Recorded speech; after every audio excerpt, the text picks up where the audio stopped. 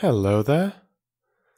Welcome back to some more raw reading of The Secret Garden. Sorry to keep you waiting so long for the next chapter. It wasn't my intention. But, I hope you've been enjoying the other things on my channels. I've tried to be very proactive recently with YouTube and trying to upload as much as I can. So there's been a lot of new Harry Potter and the Chamber of Secrets and a new episode of Lord of the Rings as well, which is a real big task. They're big chapters, so they take a very long time to produce. And I wasn't really sure what to just briefly ramble about before I start today, but someone was kind of asking or kind of finding it interesting to read about my kind of process of making these videos or these recordings, really. So, yeah, I mean, it depends on what I'm reading, really.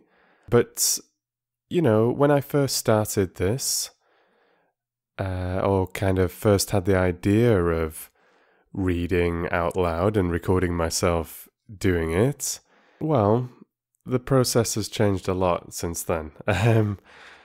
So if you listen to The Hobbit, obviously the actual sound quality is much worse. I was just recording on my old mobile phone, just on the voice recorder. So, really basic microphone. I didn't do any editing whatsoever, or at first at least, when I uploaded the complete, kind of like the full audiobook version, I did a little bit. But, I was very aware that the sound quality was poor, and I didn't really even know where to start with trying to kind of clean up the sound. It was just, I don't think even a pro could do so much with that, sadly. But, fortunately, a lot of people still really enjoy it. And there's something kind of endearing, perhaps, about the poor sound quality. It sounds like some relic that has been discovered, like somehow read and recorded from a time long past, and you're kind of enjoying this ancient story in a kind of fuzzy, mysterious way.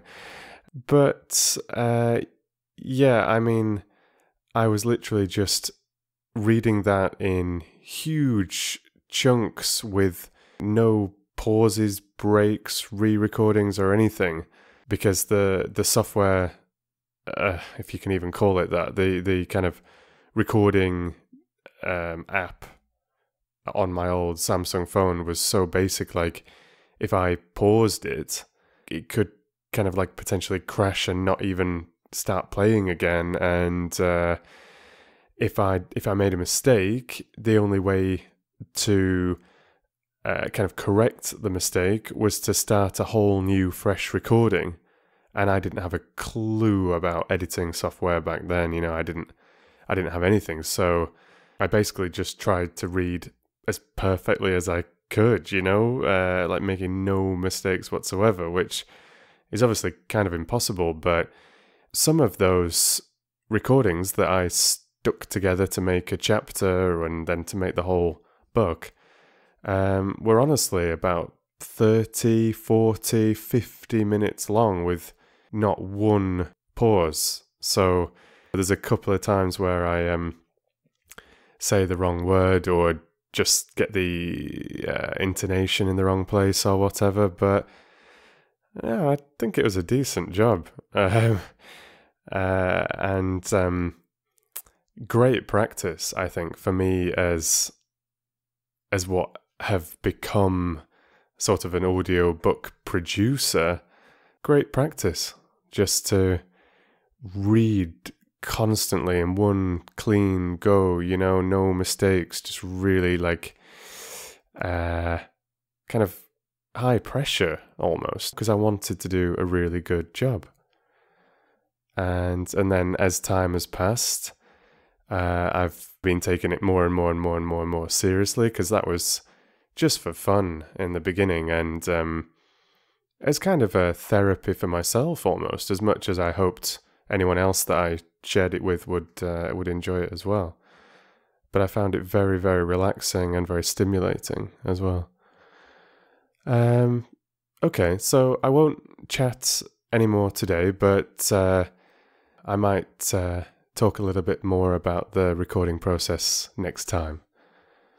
Or if you have any questions you'd like to ask me, I could answer them here too. Just write something in the comments. But I'll get started now. So,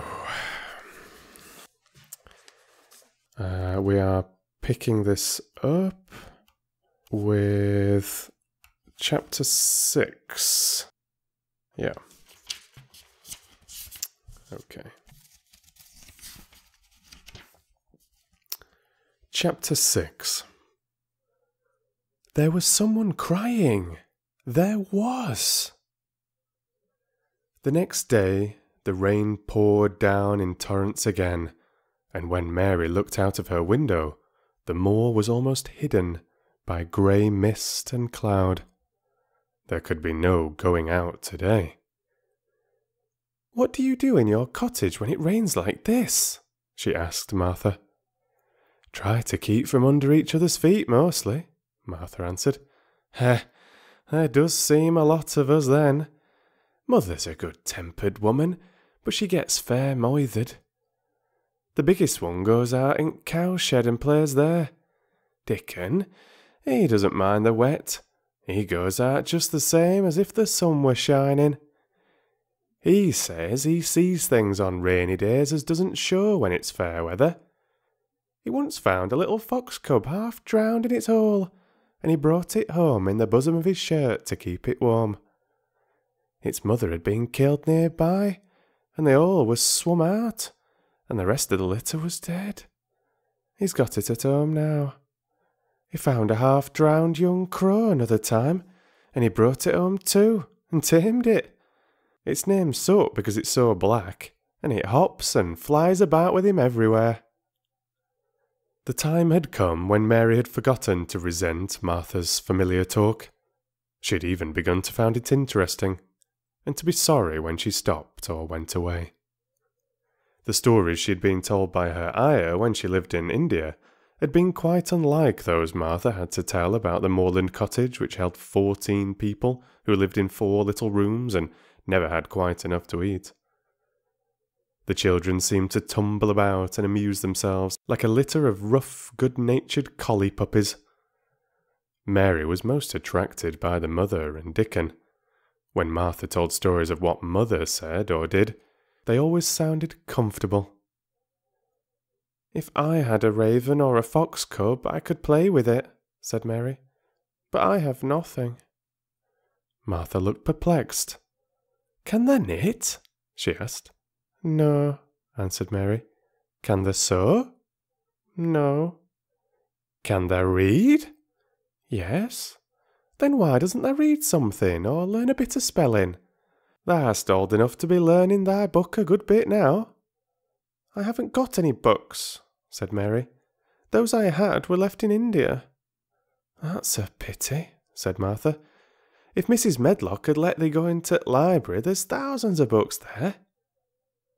Mary did not ask where the library was, because she was suddenly inspired by a new idea.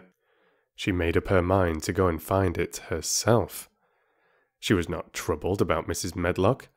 Mrs. Medlock seemed always to be in her comfortable housekeeper's sitting room downstairs. In this queer place, one scarcely ever saw anyone at all. In fact, there was no one to see but the servants.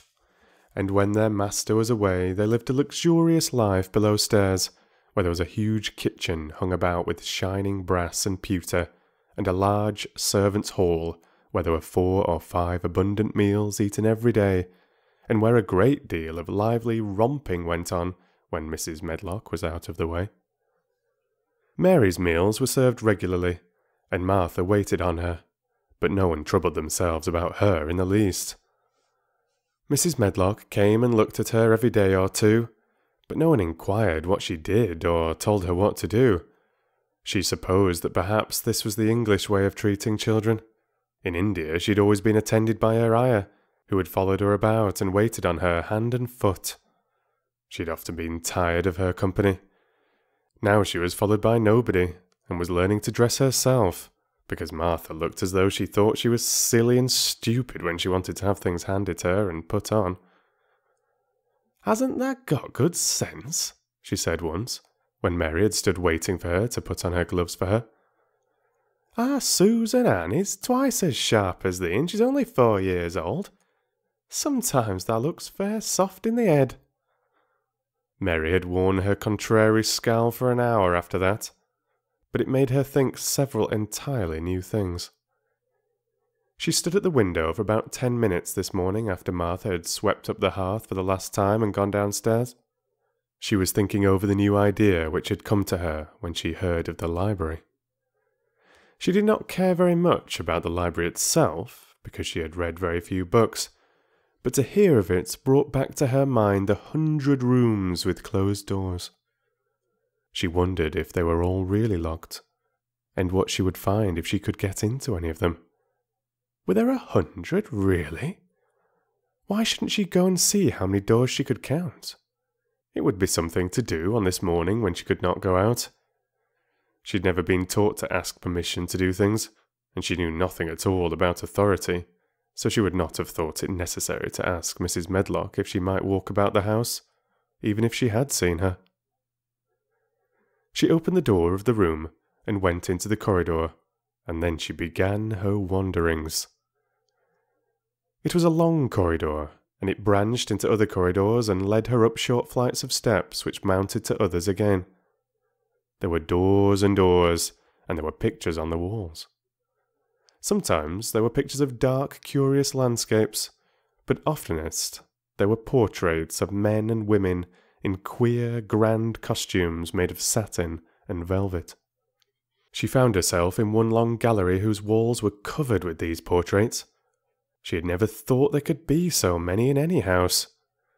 She walked slowly down this place and stared at the faces, which also seemed to stare at her.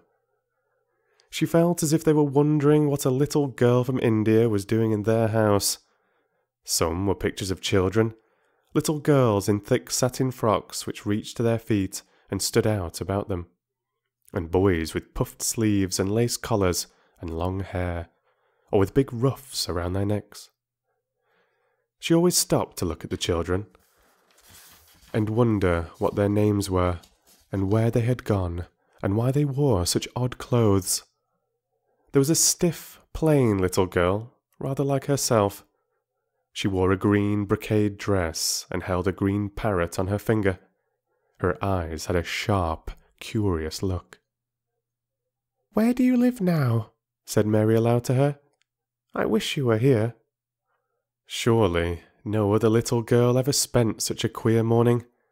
It seemed as if there was no one in all the huge rambling house but her own small self, wandering about, upstairs and down, through narrow passageways and wide ones, where it seemed to her that no one but herself had ever walked.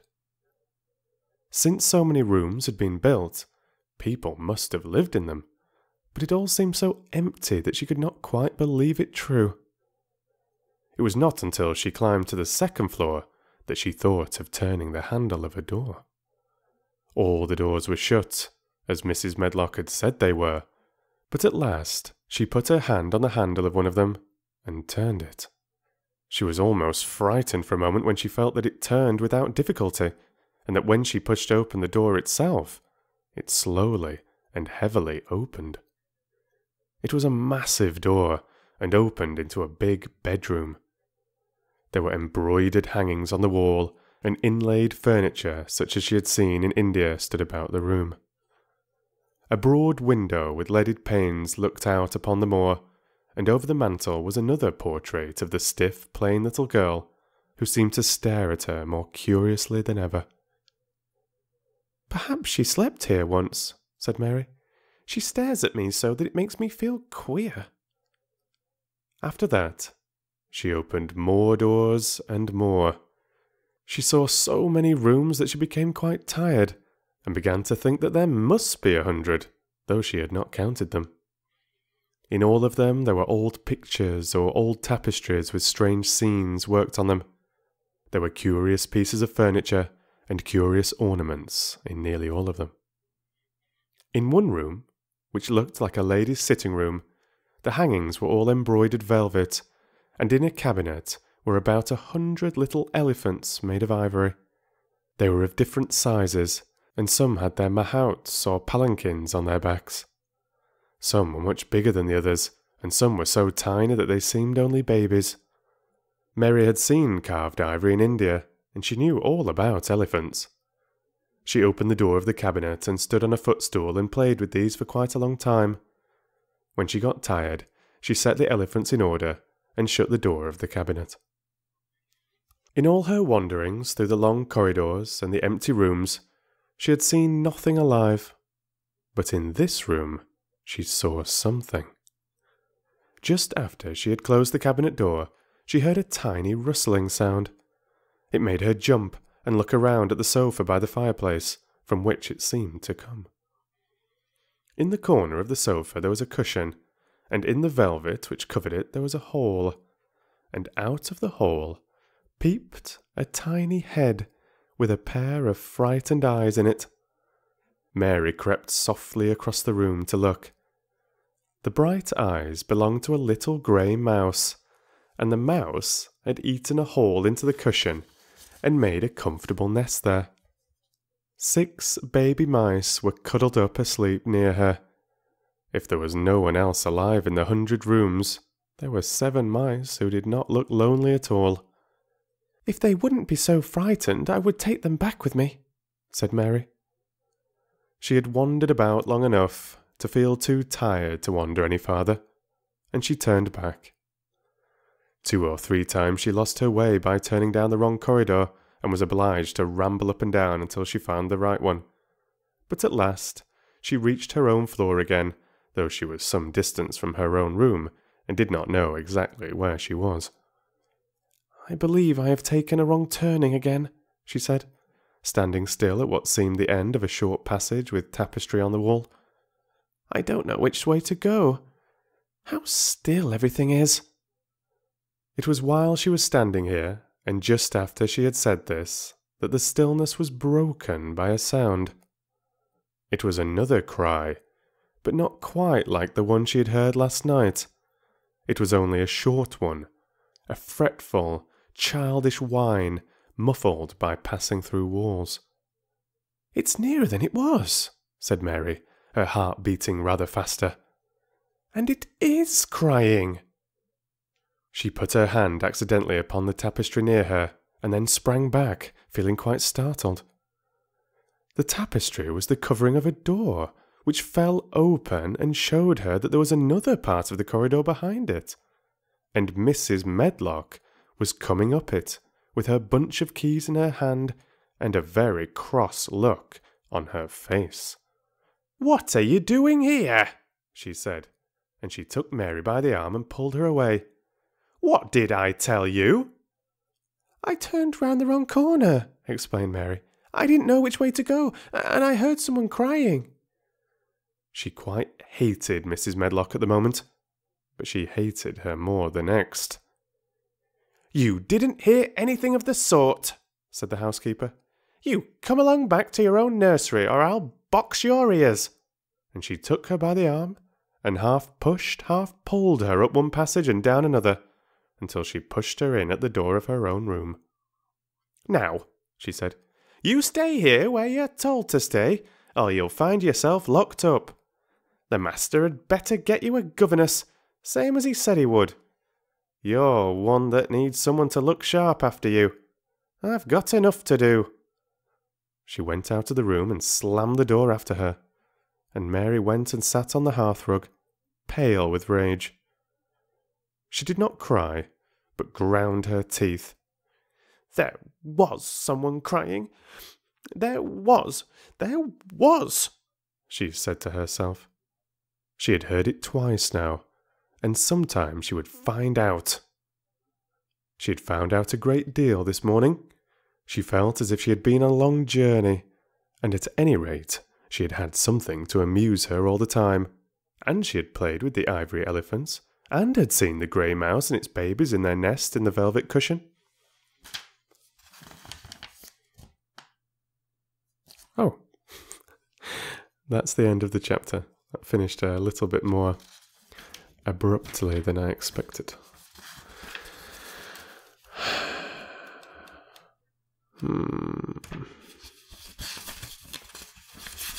Okay, let's do one more. Chapter 7. The Key of the Garden. 2 days after this, when Mary opened her eyes, she sat upright in bed immediately and called to Martha. "Look at the moor! Look at the moor!" The rainstorm had ended, and the grey mist and clouds had been swept away in the night by the wind. The wind itself had ceased, and a brilliant, deep blue sky arched high over the moorland.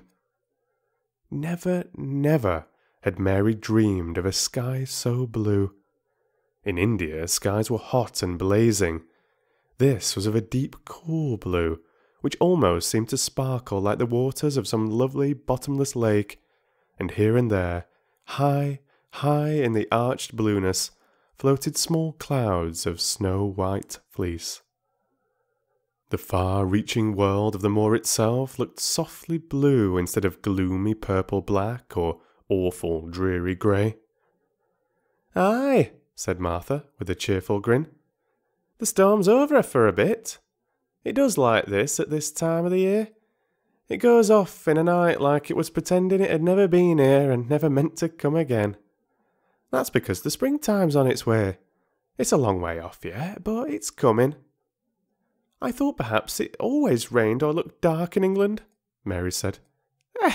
No," said Martha, sitting up on her heels among her black lead brushes. "Nowt of the sort." "What does that mean?" asked Mary seriously. In India, the natives spoke different dialects which only a few people understood, so she was not surprised when Martha used words she did not know. Martha laughed as she had done the first morning. "There now," she said. "I've talked broad Yorkshire again like Mrs. Medlock said I mustn't.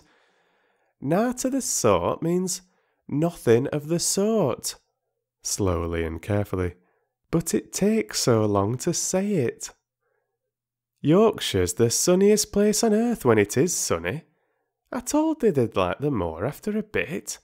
Just you wait till the gold-coloured gorse blossoms and the blossoms of the broom and the heather's flowering, all purple bells and hundreds of butterflies fluttering and bees humming and skylarks soaring up and singing. You'll want to get out on it at sunrise and live out on it all day like Dickon does." "Could I ever get there?" asked Mary wistfully, looking through her window at the far-off blue. It was so new and big and wonderful, and such a heavenly colour. "I don't know," answered Martha. "Thou hast never used thy legs since thou were born, it seems to me. Thou couldn't walk 5 mile. It's 5 mile to our cottage." "I should like to see your cottage." Martha stared at her a moment curiously before she took up her polishing brush and began to rub the grate again. She was thinking that the small plain face did not look quite as sour at this moment as it had done the first morning she saw it. It looked just a trifle like little Susan Ann's when she wanted something very much. "I'll ask my mother about it," she said. "She's one of them that nearly always sees a way to do things. It's my day out today and I'm going home. I'm glad. Mrs. Medlock thinks a lot of mother. Perhaps she could talk to her." "I like your mother," said Mary.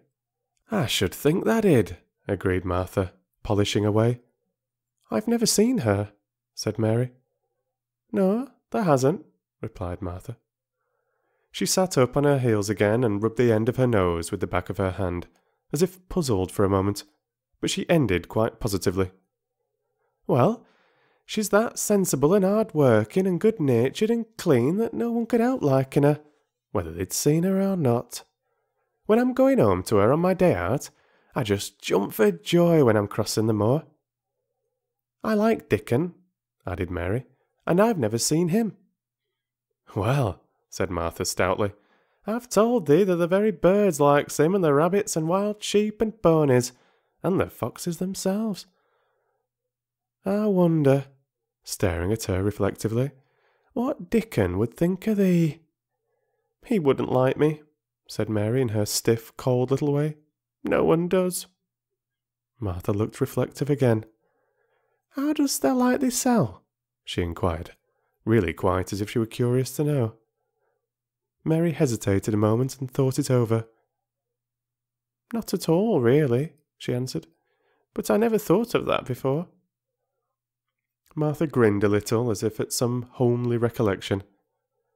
Mother said that to me once, she said. She was at a wash-tub, and I was in a bad temper and talking ill of folk, and she turns round on me and says, Thou young vixen, thou. There thou stands saying thou doesn't like this one, and thou doesn't like that one. How does thou like thyself? It made me laugh, and it brought me to my senses in a minute. She went away in high spirits as soon as she had given Mary her breakfast. She was going to walk 5 miles across the moor to the cottage, and she was going to help her mother with the washing, and to do the week's baking, and enjoy herself thoroughly. Mary felt lonelier than ever when she knew she was no longer in the house. She went out into the garden as quickly as possible, and the first thing she did was to run round and round the fountain flower garden 10 times. She counted the times carefully, and when she had finished, she felt in better spirits. The sunshine made the whole place look different. The high, deep blue sky arched over Misselthwaite, as well as over the moor, and she kept lifting her face and looking up into it, trying to imagine what it would be like to lie down on one of the little snow-white clouds and float about. She went into the first kitchen garden and found Ben Weatherstaff working there with 2 other gardeners. The change in the weather seemed to have done him good. He spoke to her of his own accord. "Springtime's coming," he said. "Cannot thou smell it?" Mary sniffed, and thought she could. "I smell something nice and fresh and damp," she said. "That's the good rich earth," he answered, digging away. "It's in a good humour making ready to grow things. It's glad when planting time comes. It's dull in the winter when it's got nowt to do. In the flower gardens out there things will be stirring down below in dark. The sun's warming 'em. You'll see bits of green spikes sticking out of the black earth after a bit." "What will they be?" asked Mary. "Crocuses and snowdrops and daffydowndillies.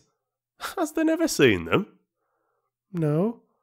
Everything is hot and wet and green after the rains in India," said Mary, "and I think things grow up in a night." "These things won't grow up in a night," said Weatherstaff. "Thou'll have to wait for 'em. They'll poke up a bit higher here and push out a spike more there, and uncurl a leaf this day and another that. You watch 'em." "I am going to," answered Mary. Very soon she heard the soft rustling flight of wings again, and she knew at once that the robin had come again. He was very pert and lively, and hopped about so close to her feet, and put his head on one side, and looked at her so slyly that she asked Ben Weatherstaff a question. "Do you think he remembers me?" she said. "Remembers thee?" said Weatherstaff indignantly. "He knows every cabbage stump in gardens, let alone people. He's never seen a little wench here before, and he's bent on finding out all about thee. There's no need to try to hide anything from him." "Are things stirring down below in the dark in that garden where he lives?" Mary inquired. "What garden?" grunted Weatherstaff, becoming surly again. "The one where the old rose trees are," she could not help asking, because she wanted so much to know.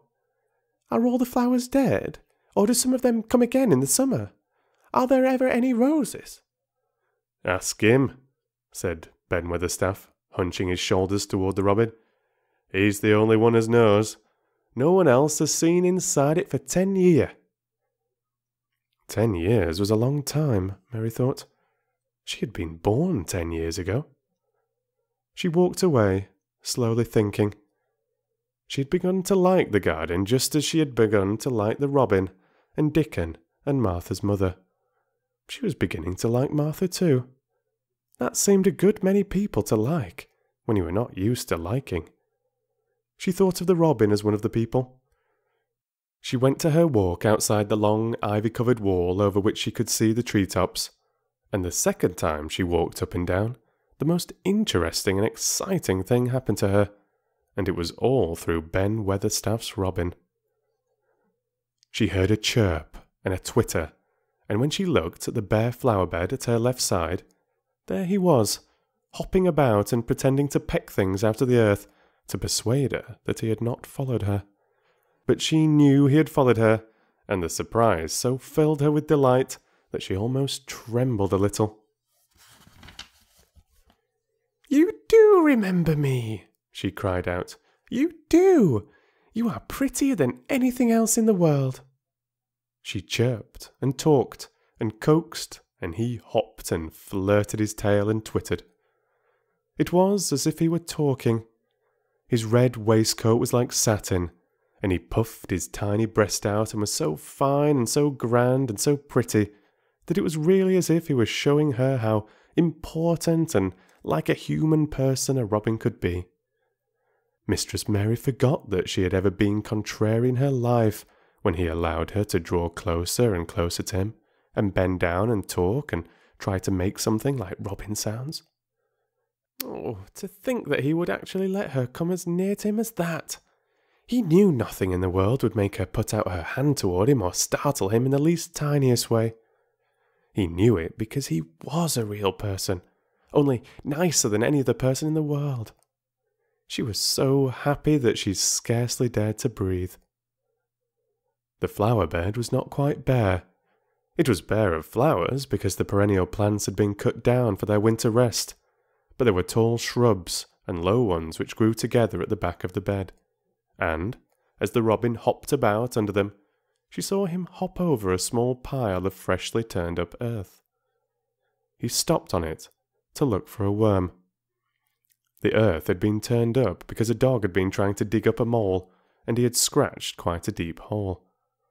Mary looked at it, not really knowing why the hole was there, and as she looked she saw something almost buried in the newly turned soil. It was something like a ring of rusty iron or brass, and when the robin flew up into a tree nearby, she put out her hand and picked the ring up. It was more than a ring, however. It was an old key, which looked as if it had been buried for a long time.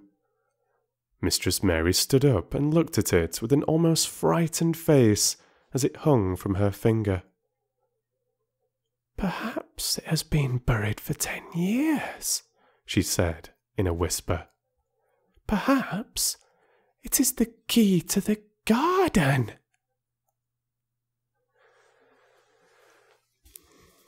Thank you for listening. I hope you enjoyed that. If you did, please remember to like the video and leave a comment below.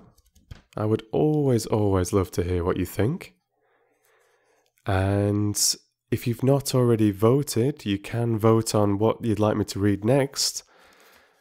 It's still looking like Narnia, and I think that would be a wonderful choice, to be honest. Okay, but enough for today. I'll be on with Harry Potter and the Chamber of Secrets tomorrow, and some more Lord of the Rings should be coming soon as well. Take care, and read to you soon.